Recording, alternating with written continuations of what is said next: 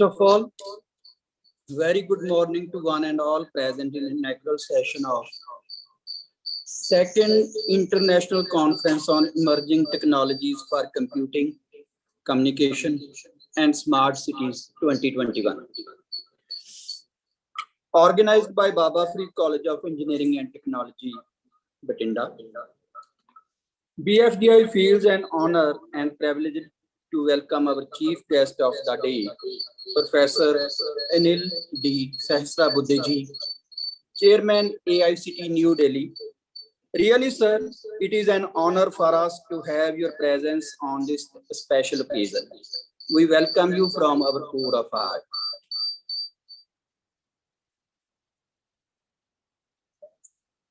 I would also like to welcome our guest of honor, Professor Dr. Butta Singh Sidhu, Vice Chancellor, MRSPT University, Bathinda. Sir, we are extremely delighted with your presence. I feel flattered to welcome our inaugural keynote speaker, Dr. Sunil Kumar Mangalaji, University of Plymouth, United Kingdom, for gracing the occasion by his presence. I would also like to thank Dr. Gurmeet Singh Dhaliwalji, Chairman, Baba Farid Group of Institutions, for his all-time valuable support, motivation, and wholehearted all type of financial assistance for research activities. Welcome, sir. I would also like to welcome all the principals, faculty, and participants present at the Second International Conference on Emerging Technologies for Computing, Communication, and Smart Cities of 2021. I would like to thank to the officials of all the funding agencies, AICT, CSIR, MITI, Ministry of Electronics and Information Technology, to extend their financial support for this international conference.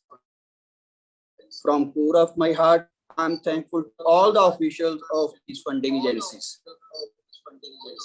This conference is dedicated to provide an insight to wide spectrum of emerging technologies. I feel delighted to announce that we received a tremendous response of research scholars from all over the world. I extend my appreciation to all the participants for their commitment and active participation. At the same time, I heartily congratulate to Professor Dr. Jyoti Arora Bansal, Principal, Baba Farid College of Engineering and Technology, and her whole team for organizing such a wonderful conference in this era of COVID-19. Wish you all a grand success. Jal uthi shama, aa gaye parwane, agaz to acha hai, anjam khuda jane. Once again, I extend my heartfelt welcome to Professor Anil D. Sahasrabuddhe, Chairman AICT New Delhi, Professor Dr. Butta Singh Sidhu, Vice Chancellor MRSPT Bathinda, Professor Dr. Sunil Kumar Mangalaji, Dr. Gurmeet Singh Dhaliwalji, and one and all present here in inaugural session. Welcome to all. Jai Hind.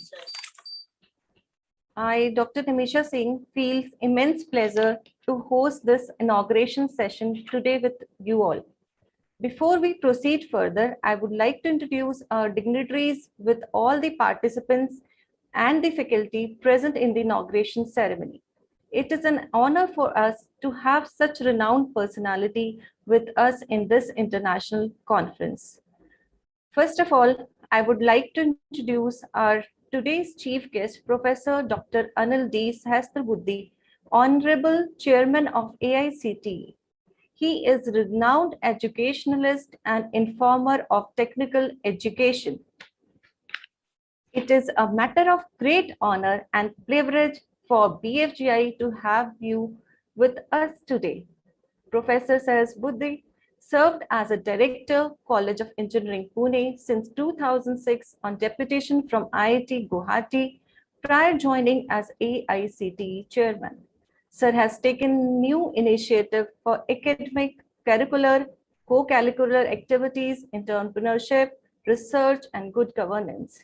He is also Chairman of Basic Science Research Empowered Committee of UGC and SWAYAM Board Sir has been awarded with several awards, which include Maha Entrepreneur Award 2011 of Praj Industry, Jeevan Gaurav Pushkar Award, Lifetime Achievement Award from MIT World Peace University, Pune in 2009, Mahatma Gandhi Leadership Award from Indian Achiever Forum and CSR Times 2019. And there are many, many more things to tell about Sir. Words are lesser to describe such a renowned personality. Now, I would like to introduce our guest of honor, Professor Dr. Bhuta Singh Sidhu, Vice Chancellor, Maharaja Ranjit Singh, Punjab Technical University, Bhatinda. Professor Sidhu served as a Dean Academics at IKG PTU, Jalandhar from 2010 to 2016. His research interest area inclined towards surface and biomedical coating. He has published 2 books and more than 180 publications in reputed journals and worked in many sponsored projects. He has been honored with Best Engineering College Teacher Award by ISTE and also nominated as a member of TSS Advisory Council USA. Professor Sidhu is also founder president of Society of Material and Mechanical Engineering. Due to some urgency, Sir is not available with us right now. I would also like to brief about our inaugural keynote speaker, Professor Dr. Sachin K. Mangla, Faculty of Knowledge Management and Business Decision Making, University of Plymouth, United Kingdom. Sir is currently associated in teaching in various universities in UK, Turkey, India, China, France, and many more. Dr. Mangla pursued PhD from IIT Roorkee, India in session 2012 to 2015 on topic analysis and management of risk in green supply chain. Currently, he is involved in several research projects on which various issues and application of circular economy and sustainability. He is also working with Uttarakhand Science Education and Research Center, Government of Uttarakhand, India, for managing food waste in circular economy. Sir has published and presented several papers in reputed national and international journals, and he is also member of various technical society. We all feel extremely delighted with the presence of such renowned personality today with us in this conference. So I would now request Dr. Jyoti Bansal ma'am, Principal BFCT, to kindly brief about the conference. Please, ma'am. Thank you, ma'am. Thanks for giving me this opportunity. Very good morning to one and all present here, and thank you for joining us at 2 days International Conference 2021. It's my pleasure to share with all that Baba Farid College of Engineering and Technology is organizing its second international conference on emerging technologies for computing, communication, and smart cities in collaboration with Springer.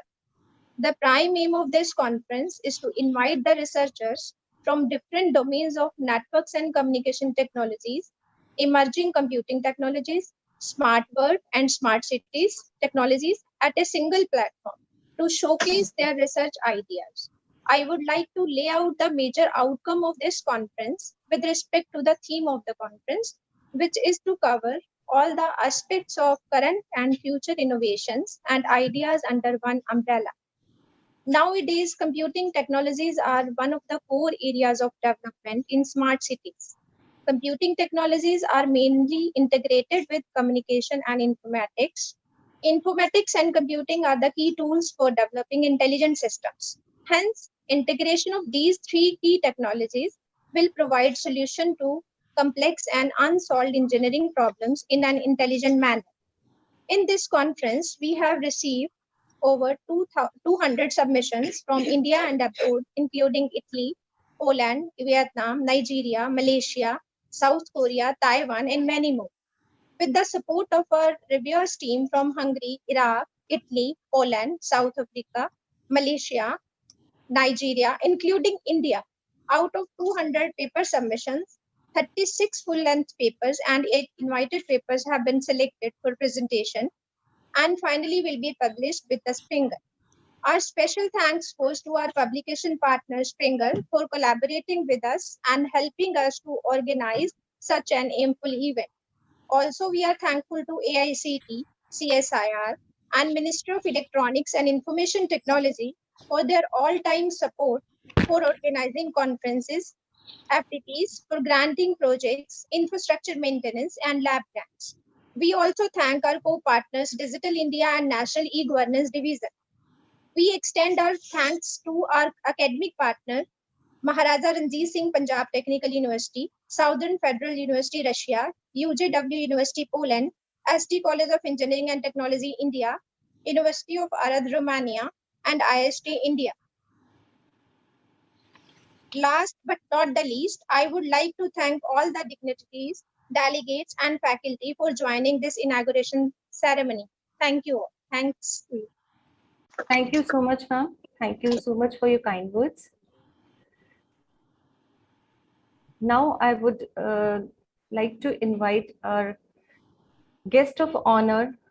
I would like to invite our chief guest of honor, Professor Dr. Anil D. Sahasrabudhe, Honorable Chairman of AICT, to address the participation of the participants of the conference. Good morning, everyone. Thank you for inviting me for the second conference, an international conference on emerging technologies for computing, communication, and smart cities. Namaskar, sab logon ko. I think I have been associated some way or the other with Baba Farid Group of Institutions in Bhatinda. I remember Sri Dhaliwalji coming to even once to Pune, and we had meetings in our AICT office, but I was not able to go physically to the institution, and I was about to think of going someday, but unfortunately due to pandemic, still I have to come online, but not in the physical mode. But nevertheless, this also is an interaction meeting between the stakeholders of not only Baba Farid Group of Institutions, most importantly, the entire set of people who are associated with the field of computing, the field of communication, field of smart cities. They are all together here on this platform. So I'm very delighted and happy to be amongst you. Professor Butta Singh Sidhuji is also again another personality whom I know we have been meeting on different platforms. Right now he is not here on the screen, but he will be certainly joining very soon, Vice Chancellor of a very good university, Maharaja Ranjit Singh Technological University from Punjab. So the Vice Chancellor on one side and a phenomenally passionate educationist on the other side. Both of them are on this platform. And we have Dr. Sachin Kumar Mangla all the way from UK going to be part of this particular conference and motivate people. Dr. Pradeep Kaura, DDA, and I was just looking at several people, Dr. Nimisha Singh, Dr. Jyoti, Priya Mittal, all of you who have been associated in some way or the other with this conference, and people from Springer who have agreed to publish the published papers from out of this conference, as Springer, is one of the very important publisher house, and therefore a paper getting selected here and getting published is going to be again very, very happy thing for those who have been part of this association with this particular conference. All the delegates, I need not tell about the importance of the topic, that is computing, communication, and smart cities. In some way, it looks like three different topics, but they are absolutely interconnected with each other. During my time, when I was a student, we used to have, beta, thoda switch off karke rakho. So when I was a student, long ago, I think as in the early 80s, the computing had just begun. But when it came to high computing or supercomputing, India did not have the wherewithal. And in fact, because of the Pokhran explosion, there was a sanction by the US against India not to supply any supercomputer, because we may use it for the nuclear simulation and other purposes. Nevertheless, one of our towering scientists from IIT Delhi and then CDAC, Dr. Vijay Bhatkar, evolved a different system of using small computers, using their power in parallel computing mode and creating a supercomputer of our own, and this was called Param. And then there are various versions of Param which have come in, and therefore we became self-sufficient, self-reliant, or what we today Prime Minister often talks about Atmanirbhar Bharat, Atmanirbharta in computing. We were in a position to do it using smaller systems to combine their power together to make a high computing system. And this kind of a cluster of high performance computing and various types of applications. In fact, even when we pleaded that our purpose of using the supercomputer was for weather forecasting, where India, with the vagaries of the monsoon, we all know that some years there is heavy rainfall, some years there is no rainfall, less rainfall, and some areas get rainfall, some areas do not. And therefore, forecasting all of that and trying to somehow giggle out of the problem that the farmer is likely to face. That was a very important application as far as India is concerned, because it's an agriculture-based country.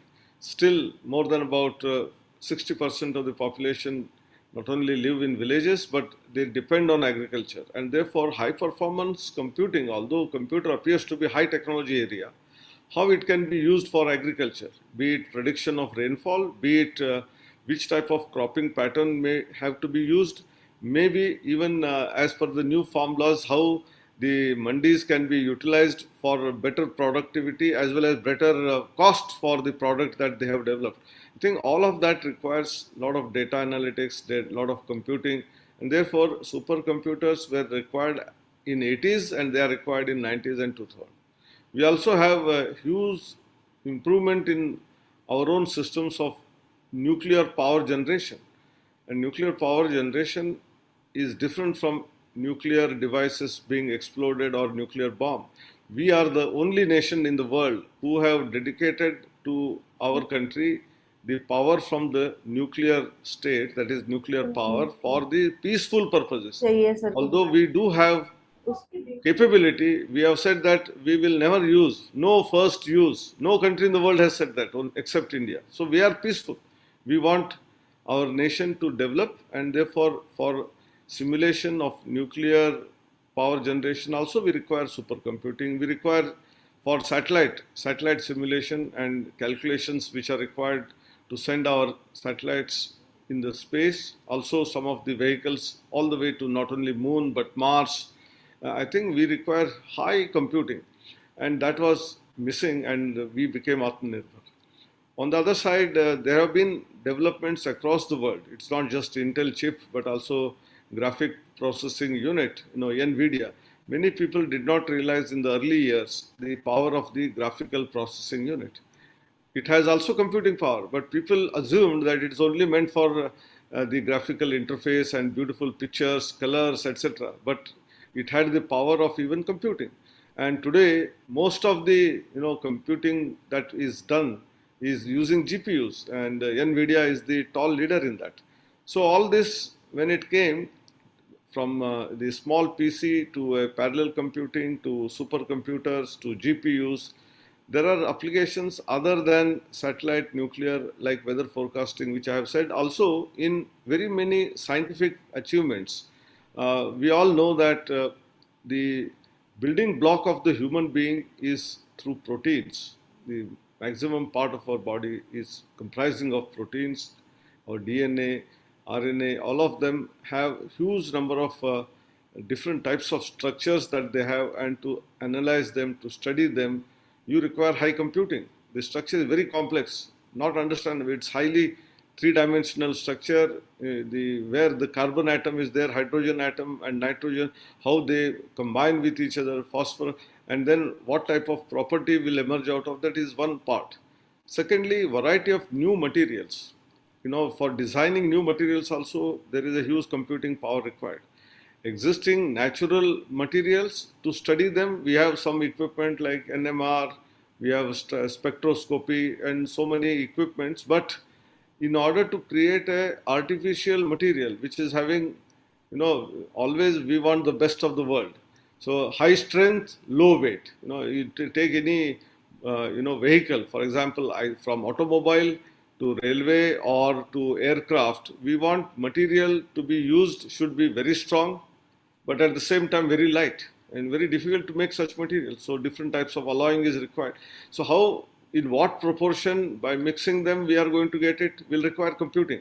And therefore, when we are referring to the emerging technology for computing, these are the areas which we all tried to study in our times. But today, with the development of artificial intelligence, with what we call Internet of Things, Industry 4.0, data science, data analytics, the need for computers and their applications has increased manifold, right from application in agriculture to the transportation, to healthcare, to education. In every domain, we have newer and emerging technologies like AI, IoT, data science, which I said, also augmented reality, virtual reality, cloud computing, quantum computing, cyber security.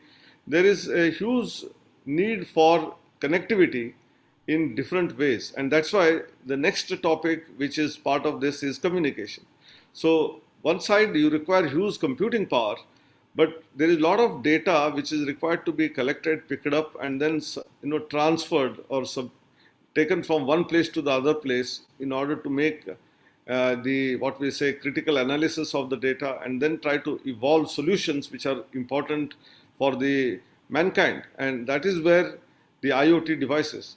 There are cars which are self-driven without a driver, driverless cars. Parking in a parking lot with very, very congested space.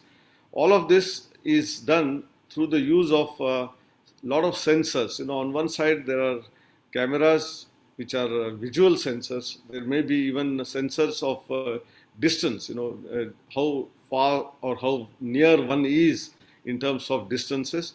Movement of some other vehicle in the closer vicinity. That means all that what human beings through the five senses we make use of, eyes, ears, nose, or smell, and then taste, and as well as sensory touch sensor. All these five sensors are now available in different forms. We can see, we can hear, we can smell, and if that smelling was possible during the Bhopal gas tragedy, probably less number of people would have, died in that. So I think all the variety of sensors that Almighty God has given to a human being, they are now replicated in the form of materials as called as sensors. And this data being picked up from the locations, it is to be sent to the servers or the places where computing power is existing, and therefore communication became vital. And we started with what we call 2G, then 3G, then 4G. Today we talk about 5G. Tomorrow we will also talk about 6G and sometimes 7G. This development will go on and on.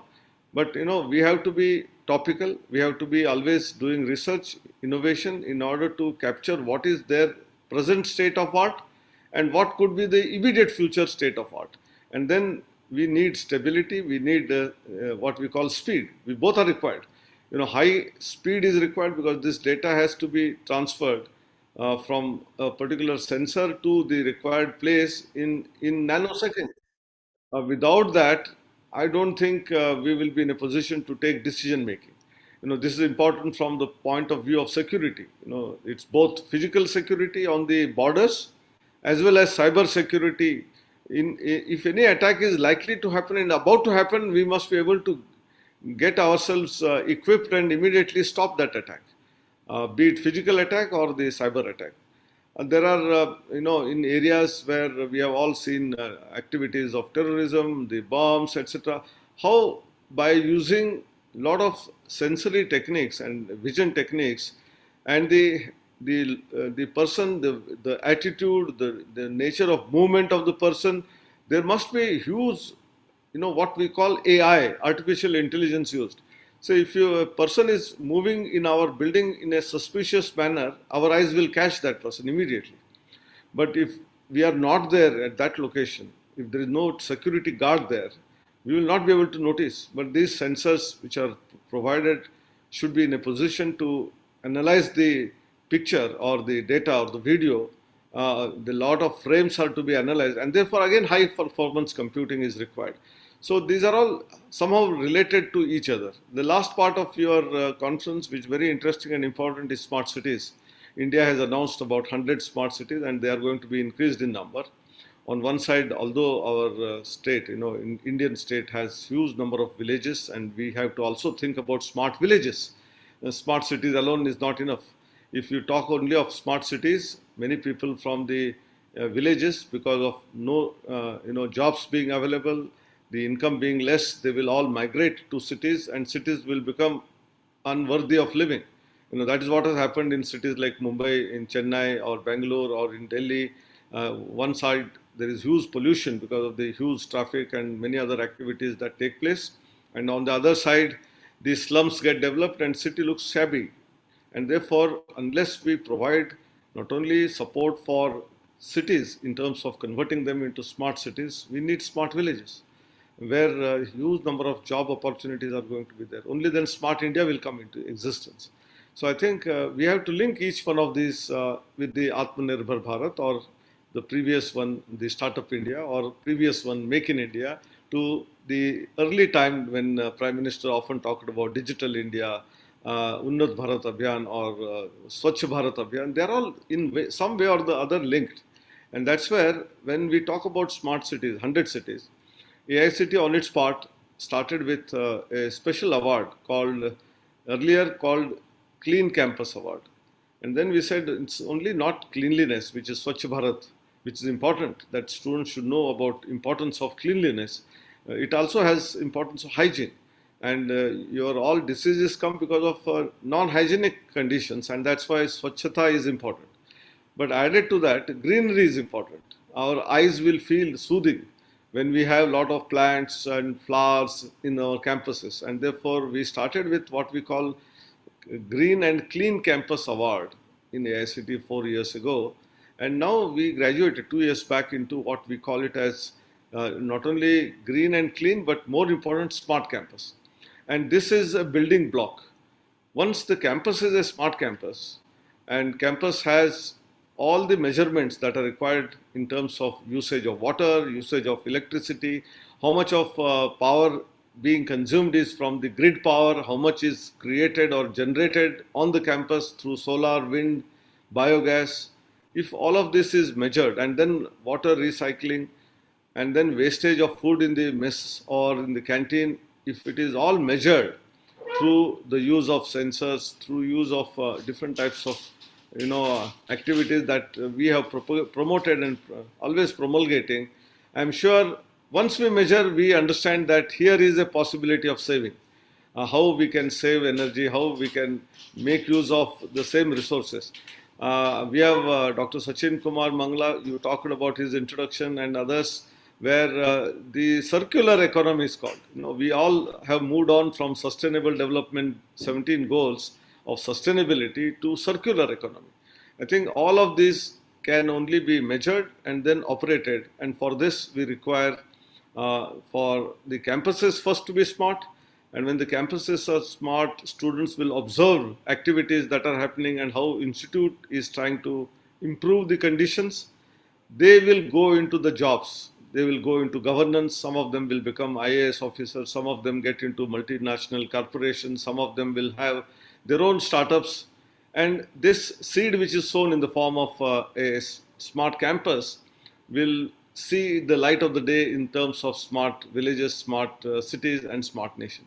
I think therefore this particular conference is very important. All the delegates, their papers, publications which are happening, Springer is going to publish. I'm sure we will have a nice time listening to eminent researchers who have done their work in these three important domains.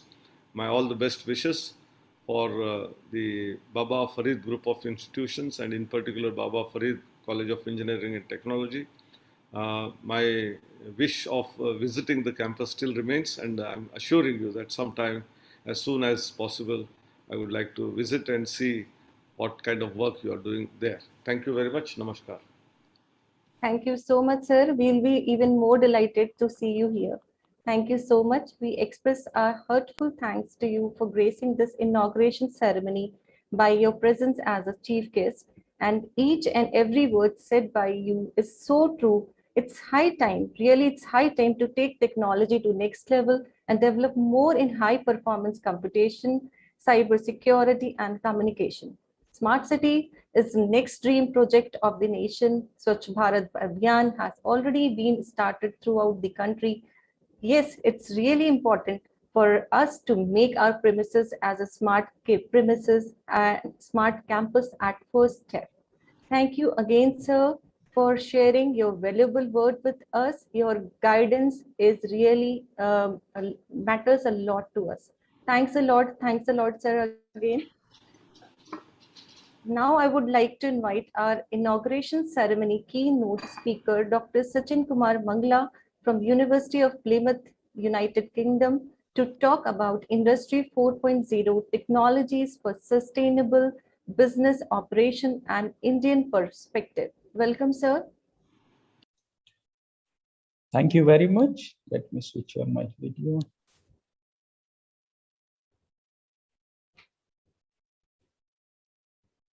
Am I audible, please? Yes, we can hear you, sir. Okay, so nice. So first of all, a very good morning to all of you. And I think I was a bit late, so sorry for that. And I was listening Professor Sahasrabudhe, so it is always nice pleasure to listen him and his valuable words and guidance. And I would like to congratulate, first of all, the Baba Farid College of Engineering and Technology for organizing such an interesting and timely event, the Conference on Emerging Technologies for Computing, Communication at Smart Cities.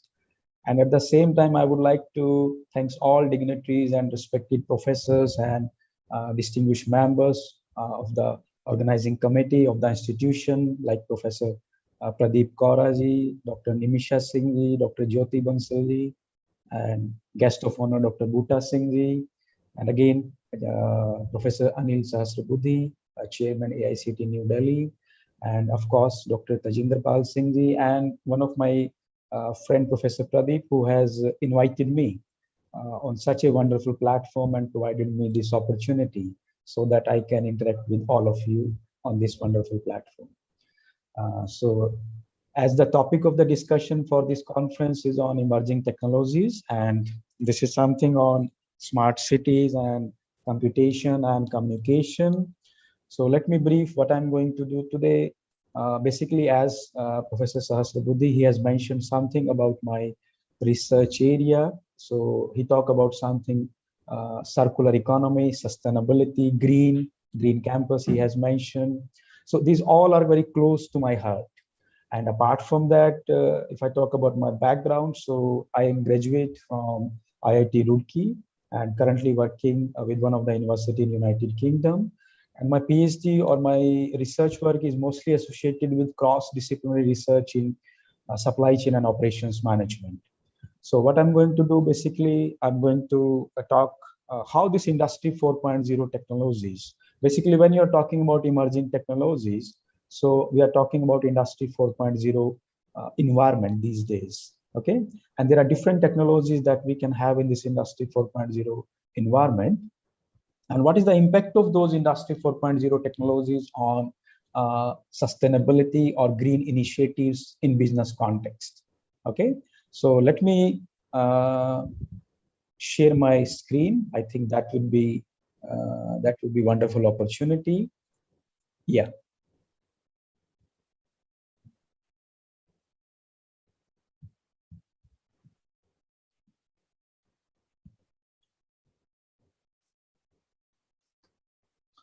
So hopefully the screen is visible. Yes, sir, it's visible. Perfect, perfect. So what I'm going to do today, basically, I think I would be allowed to speak around 15 minutes time. So I would like to touch the various aspects of Industry 4.0, and I would like to discuss the impact of this Industry 4.0 on sustainability in business, okay? And particularly, I will talk about, let's say, Indian context, Because see, there is a different level of implementation of these industry 4.0 technologies in different nations. If you talk about developing economy or a developed economy, okay, so if you compare these two economies, developing and developed, so there is a difference in the level of implementation of this industry 4.0 technology. Okay, so what do you mean by industry 4.0 technology? First of all, I don't know whether probably most of you, the audience that have joined in this conference, so they would be aware of this terminology called industry 4.0, but still I would like to discuss if there is any doubt. Why should a country adopt industry 4.0, particularly let's say India? What could be the challenges? Because this is very, very important to understand. There are so many challenges. Those are lying in front of management, business organization, probably government, probably employees. So there are so many challenges that could exist in adoption of industry 4.0. How about impact and major drivers? And what's the next? So what we should do, or probably what can we do? Okay. So if I talk about industry 4.0, so I can start the evolution. We must have seen this industry 1.0, industry 2.0, industry 3.0, industry 4.0, and now Professor Sahasrabudhe, he was saying like now we are talking probably about 5G or 6G maybe in the future, or maybe 7G or so and so. So probably the next evolution could be industry 5.0. And again, like we have started doing something on research on, let's say, industry 5.0 and transition from 4.0 to 5.0. Okay, so the evolution is going on. Initially, you have seen, we have read in our undergrads, like there was an era that was related to steam and water power mechanization. So that was something about industry 1.0. Then we talk about industry 2.0, where we discuss the need of mass production and electricity. Okay, then it has been evolved to industry 3.0, where we have talked a lot about electronics, IT and communication and automation. We have started discussing the importance of these things in our business, maybe in any different organization. Okay, but now in industry 4.0, we are saying there is a cyber physical systems. Okay, where there is a connection between human, machines, data has been collected through sensors, okay, through Internet of Things, and then that data is going to be analyzed or visualized by different computing channels. Okay, and finally, you are going to present some findings. You are going to analyze those findings using by presenting your results and so and so. So in this way, this industry 4.0 is helping that there is a connection, and you are talking about digitalization, and you are talking about the use of these IoTs, sensors, okay, or different industry 4.0 technologies in, let's say, in more explicit manner. Okay.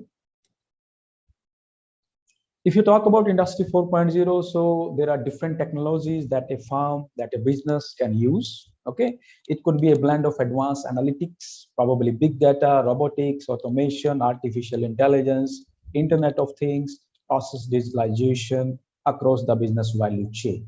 Okay, so different activities in business, like they are connected probably, or they could be connected using these advanced technologies. So there are so many different technologies like these days people are using, industries they are using, like IoT platform is there, location detection technologies in terms of GPS and so, human machine interface is there, authentication is there. Probably somebody has unmuted himself, please mute yourself. Big data analytics and advanced algorithms are there.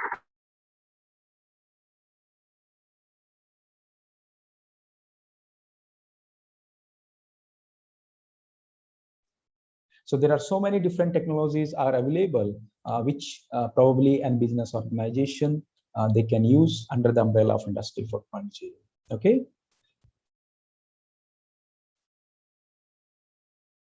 Now let me give some introduction. Basically, let us understand from where this Industry 4.0 has emerged. Okay, who has introduced this Industry 4.0? So this terminology emerged from Germany in 2011. Where industrial growth, technological advancements happen on the premise of the internet. Okay, so it is very important to understand like from where this term has been originated. Basically, why or what is the significance of this Industry 4.0 in a layman language? Okay, because you might have heard about these advanced technologies, these fancy technologies, but basically why do we need this industry 4.0? So this is something like, now we are looking to change or shift from mass production to mass customization. And I think this is the need of the hour. Now we are not talking about mass production, because customers are getting very tasty, and their tastes are going to be changed at a very rapid manner. Okay, they probably we have a very demanding customers these days. Okay, so you can't stick to this mass production. You have to shift to the mass customization. And at the same time, as a customer, I don't want to spend much money. I would like to spend minimal amount of money with highest quality standards and with highest variety, you could say. So this is the need of the hour. And these are the challenges probably in front of an operations manager or a supply chain manager. Okay, so this is the mantra for this industry 4.0. Like, what is the difference it is going to create? So this is something like, it is going to drive a change from mass production to mass customization, and at a minimal price or at a minimal cost. Of course, when you are using these technologies, so you have to invest. Okay, but see, this is one of the strategic benefits of using this industry 4.0. These are the long-term benefits of using this industry 4.0. Okay. However, in more addition, let's say, or in addition, like say, what it is going to do, it is going to give you a real-time information. As like we are saying that we are going to use sensors, let's say devices, they are going to connect it using Internet of Things, okay, with a common server. And then let's say you are analyzing, you are collecting that data by using some computing means. So what is it going to do? It is going to give you a real-time demand information, or real-time information, which is very, very important in a supply chain. Okay, because it is going to improve transparency, it is going to build trust among different members in a supply chain. Okay, and at the same time, it is going to improve business productivity. Okay, now there is a very, let's say, it is a kind of dilemma that exists in our society, that there is a challenge from societal perspective, that industry 4.0 implementation has excellent potential to improve the economic and environmental performances. Of course, like sometimes, like in an organization or in our society, like sometimes it is a dilemma that industry 4.0 is going to take their jobs.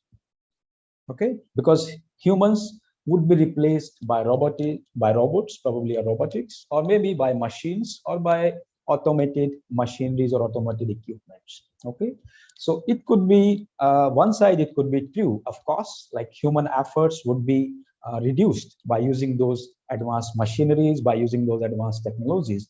But at the same time, it is going to generate huge opportunities, probably new employment opportunities, in terms of some definite skills, in terms of some definite expertise, because you need again human beings, you need again employees, staff, to operate those equipments, to operate those machines, okay, or to play with that data. Okay, you might have heard about big data. It is okay, it is sometimes it is easy to collect that huge amount of data, but what you are going to do with that huge amount of data, it is very, very, very important.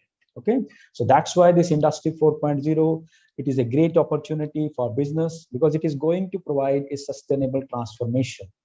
Sustainability, let me explain you in a very layman language. It depends on triple bottom line model. There are three pillars in a business that management, they should focus on. Economic pillar, of course, you need profits, but at the same time, you have to take these green or environmental initiatives. Okay, and something you have to do to contribute to the society, might be in terms of corporate social responsibility. So there are three pillars: economic, environment, and society. Okay, so when an organization, they are dealing with these three pillars, so let's say they are going for the sustainable business development, and this industry 4.0 technologies, they are offering an opportunities, like they are going to transform probably the business to a sustainable business in terms of economic, environmental, and social benefits. Okay, I think that could be one of the interesting slide. If you are doing production without industry 4.0 technologies, or with production, with Industry 4.0 technologies. So these are the different benefits probably. Okay. So again, like it is going to add customization, it is going to give you more flexibility, and it is going to probably give you more cost benefits, environmental benefits, highest quality standards, highest level of satisfaction level for the customers, fast production, and it is also going to get benefit to the society. So there are huge benefits that you can achieve by using this Industry 4.0, by adopting these Industry 4.0 technologies in your business. Of course, at the beginning, you might have to face different challenges. You might have to invest a lot, okay, to transform to a ordinary business or a standard business to Industry 4.0 oriented business. But at the later end, strategically, it is going to give you enormous benefits, okay? Now, let me come to India. Why should India adopt Industry 4.0 technology? This is very, very important. We need to understand. It could be similar maybe for different nations, but the data probably is going to change. Number probably might get changed. So see, we are going to enhance our production capacity and quality, very, very important. So we need to upgrade to these technological measures. If I talk about population of India, so it is going to be increased in the coming years. Again, we can have this prediction and prevention of defects through data analytics. Of course, like we need to reduce defects at the shop floor in our business to improve customer satisfaction. How about this products life cycle? As I mentioned, there is a shortened product life cycle because customers are getting more and more demanding these days. So that's why probably we need to be very quick. We need to be very quick in shifting from one product to other product, or we need to be very quick in customizing product by keeping in mind the taste of the customer, and to cost saving and a better experience for customers and employees. And IoT and digital connectivities of resources would tighten supply chain and reduce waste. So this is very, very important to understand that Industry 4.0 application would tighten supply chain. It is going to reduce different waste, okay, that we can produce during the different activities in a supply chain. And at the same time, it is going to improve transparency. It is going to improve trust, okay? And as a result, it is going to improve overall productivity, okay? Now, current status of Industry 4.0 technologies, somewhat in India might be, so let's say prediction, I4.0 market is expected to reach in Indian rupees by so and so crore by 2023. So there is a huge opportunity. But at the same time, this is probably one of the concern that still we are using, let's say, robotics. They're quite rare on Indian manufacturing shop floors. You can have this kind of data in this graph, like where we have seen like we are still on the rare side of using these or robotics, probably or robots on Indian manufacturing shop floor. Of course, now management or government policy, they're trying to boost these digital India initiatives or digital manufacturing initiatives. And still, we are somewhere around Industry 3.0 phase. We are still in the phase of transformation from 3.0 to 4.0. So that's why we need a combined system approach, basically, where we need to collaborate with different stakeholders in a supply chain so that we can shift from 3.0 to Industry 4.0. Okay. How about this MSME? This is one of the great concern, okay, because like in India, if you talk about, so there are so many, or maybe there may be thousands of these MSMEs, thousands and thousands of MSMEs. Those are working in the whole country, India, in different states. So those MSMEs, like they are facing different barriers in terms of implementation of Industry 4.0. They may are facing high cost barriers, little access to technologies, and might be the human expertise, management commitment, management support. So there are so many different challenges those are existing in front of those MSMEs. Okay, there are 48th position on 2018 World Digital Competitiveness Ranking that India is having, but still I think now probably by sooner or later we are going to improve this kind of rankings on this digital platform system.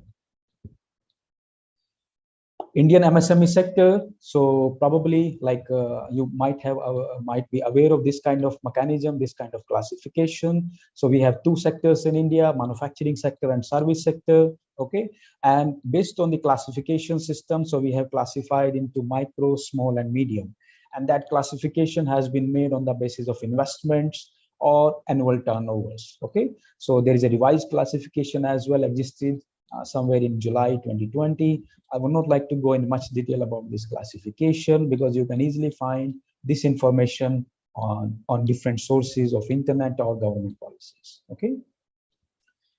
Now let me talk about some of the initiatives that what Government of India is taking. So like there is a national manufacturing policy that was framed in 2017. Okay, so there is a specific, let's say, push that has been provided, or some initiative those has been taken, like how they can focus on the adoption of digital platforms for Industry 4.0 at manufacturing policies on national level. There is a Center of Excellence on IT for Industry 4.0 that is going to support entrepreneurs or startups, okay, if they are interested or if they are looking to adopt Industry 4.0 initiatives. There are national programs on artificial intelligence. So of course, in the union budget, it is not only 2018 and 19, in 19 to 20 and 20 to 21 also. So let's say Government of India, they are putting some emphasis, and they are collaborating with this NITI Aayog, and they have provided a roadmap for national AI program focusing on this new AI applications. There are some missions on cyber physical systems. Again, like there is in each and every year budget, like Department of Science and Technology, DST, probably they are also have going to launch, or probably they have already launched a couple of missions related to these cyber physical systems or cyber physical missions, just to boost these Industry 4.0 applications on different aspects in business. So much is going on from Government of India side, and there are like Digital India initiatives, and as Professor Sahasra Buddhe has mentioned about Atmanirbhar India. So all these initiatives are Make in India initiatives. So those all initiatives, those are linked, or those are probably providing a guidance or a support or promoting Industry 4.0 applications in business. I already talked about, I think, challenges. So this is there are a couple of important challenges, like there is a gap between what the industry wants and what the industry has.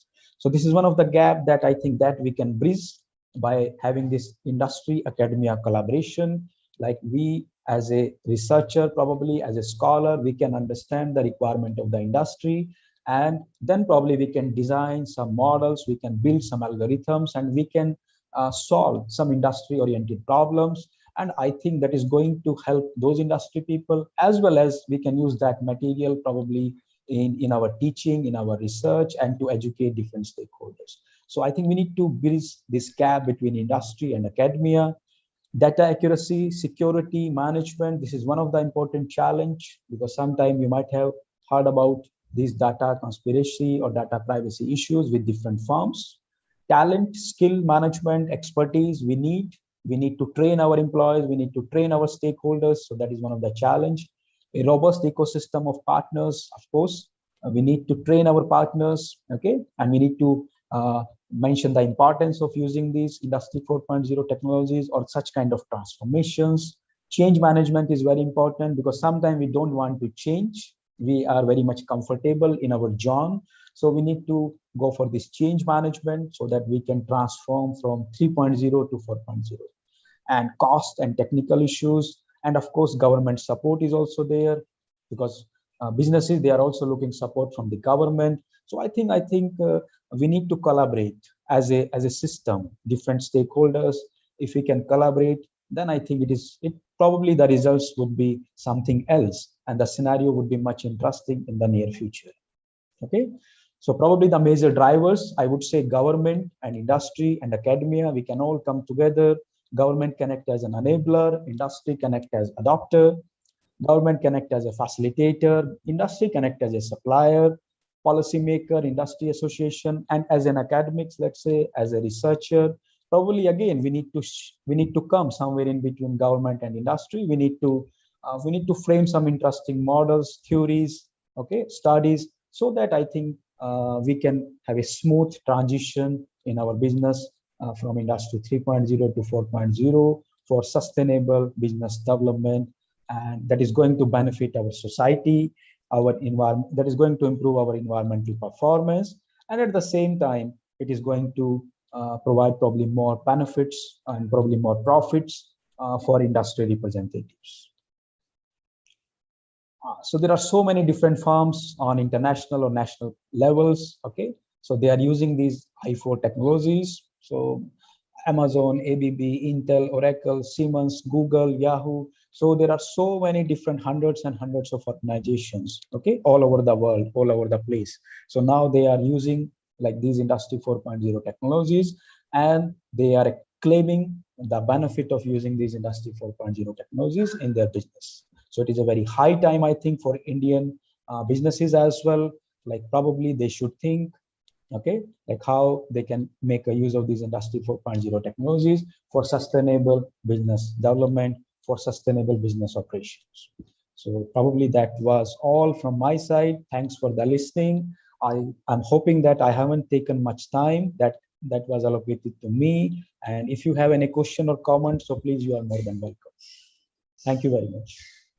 Thanks a lot, sir, for explaining the importance of University 4.0 as its real blend of robotics and artificial intelligence, IoT, and many, many more technology. Many technologies can be used under University 4.0 as explained by you very clearly in your presentation. And you also cleared about the myth regarding University 4.0. To attain this sustainability and in order to build the connectivity between IoT and digitization, it is really needed by country for the further development. As said by you, sir, and also by Dr. Sayasbuddin, sir, it's high time to take the technology to the next level. Thanks a lot, sir, for giving such a valuable information. Thanks again. Thank you very much. Thank you very much. Thanks, sir. Now, I would like to invite Dr. Trijinder Pal Singh Rao, sir, Dean R&D, to kindly present the vote of thanks to our distinguished guest. A very good morning to all present in the International Conference on Emerging Technologies for Computing, Communication and Smart Cities. I, Dr. Tejinder Pal Singh Rao, feels privileged to present vote of thanks for today's inaugural session on behalf of organizing committee. It's my pleasure to thank Honorable Professor Anil D. Shastri-Budhe, Chairman AICT New Delhi, for sparing his precious time to address the participants.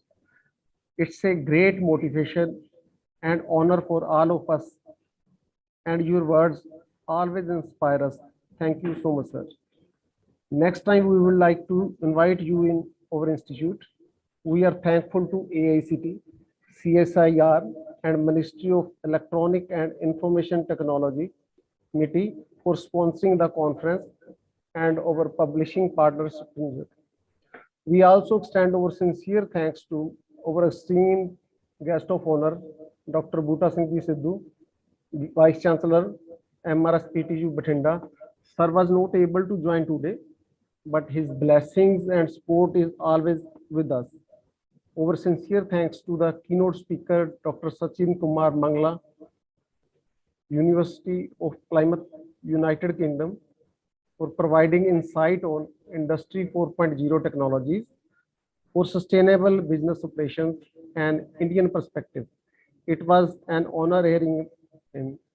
I would like to extend my thanks to all the BFGI family, Dr. Gurmeet Singh Dhaliwal, Chairman BFGI, for providing such a great opportunity to conduct this conference, Dr. Pradeep Koda, Deputy Director Academics, BFGI, and Dr. Jyoti Bansal, Principal BFCT, for guiding us at each phase of organizing the conference.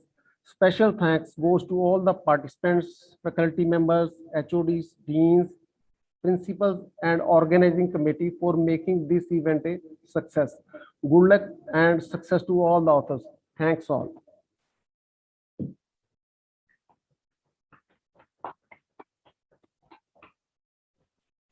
Thank you. Thank you.